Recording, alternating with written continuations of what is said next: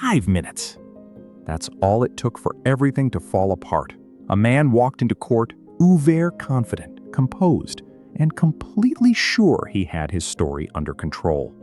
But what followed was a slow unraveling, one lie at a time.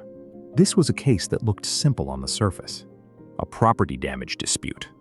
Nothing unusual. But inside the courtroom of Judge Judy, simple cases don't stay simple for long. The judge looked directly at the defendant, her expression calm but focused. "Let's begin with something very basic," she said. "You're telling me you had no involvement in the damage to the plaintiff's property?" The defendant nodded without hesitation. "That's correct, Your Honor. I wasn't even there when it happened." "You weren't there at all?" "No, Mom. I was at home the entire time." There was a brief pause. The judge didn't react immediately. She simply repeated his words. "At home the entire time." Then she reached down and picked up a document. "Because, according to this time-stamped photo, your car was parked outside the plaintiff's house at that exact time." The courtroom went still. The defendant blinked. His confidence wavered for just a second. I must have left earlier," he said, adjusting his stance. The judge leaned forward slightly. "A moment ago, you told me you were home the entire time. Now you must have left earlier. Which one is it?" he swallowed. I stopped by, but I didn't stay." "So now you were there," she said, her tone sharpening. "You see how quickly your story changes when you're confronted with evidence." A quiet tension settled across the room. The first crack had formed. The judge didn't waste time. "Did you have any interaction with the plaintiff that day?" "No," he replied quickly. "None at all." Without missing a beat, she picked up another document. "Then explain this message," she said. "Sent from your phone 5 minutes before the incident. It reads, 'I'm outside. Come talk to me.'" The defendant froze. For a moment, there was no answer.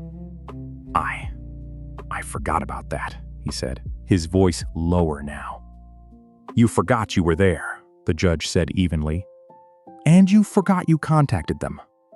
He didn't respond. The air in the courtroom grew heavier. The judge continued, her voice steady and controlled. "You also testified that you never touched the property in question." "That's right," he said quickly, trying to regain ground. "I didn't go near it. Not even close?" "No, Mom." She leaned back, studying him. "Because we have a witness," she said. "Who saw you handling that exact item moments before it was damaged?" The defendant shifted his weight. His confidence was slipping. "They must be mistaken," he said. The judge didn't raise her voice. She didn't need to. "Or," she said calmly, "you're not telling the truth." The words landed hard. The room was silent now. Every eye fixed on the defendant. The judge moved forward.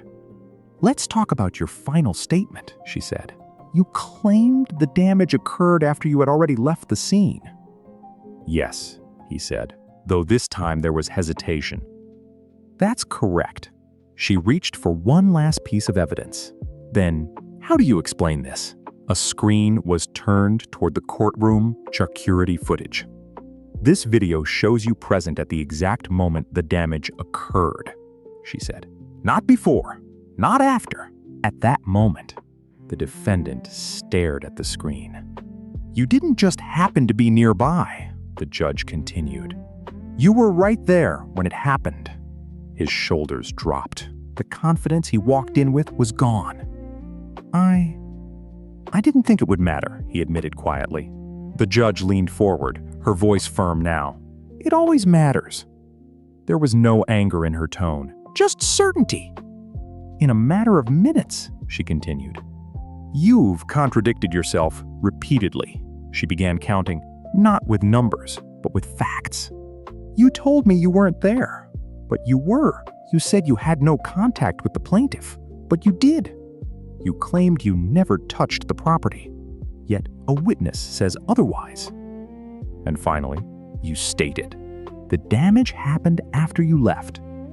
when the video clearly shows you present at the exact moment. Each point landed heavier than the last. The defendant said nothing. There was nothing left to say. The judge paused, letting the silence settle before delivering her conclusion. "The problem isn't just what happened," she said. "The problem is that you chose to come into this courtroom and misrepresent the truth." She looked directly at him. "And when the truth is tested against evidence, it doesn't hold." Another brief pause, then the decision. "The facts are clear. Your testimony is not credible. Judgment is for the plaintiff." The gavel came down. Just like that, it was over. The man who walked in uber confident, believing he could control the narrative, walked out exposed. Undone not by accusation, but by his own words. Because in a courtroom like this, you don't need hours to find the truth. Sometimes 5 minutes is enough. And no matter how carefully a story is constructed, under the scrutiny of Judge Judy, the truth always finds its way to the surface.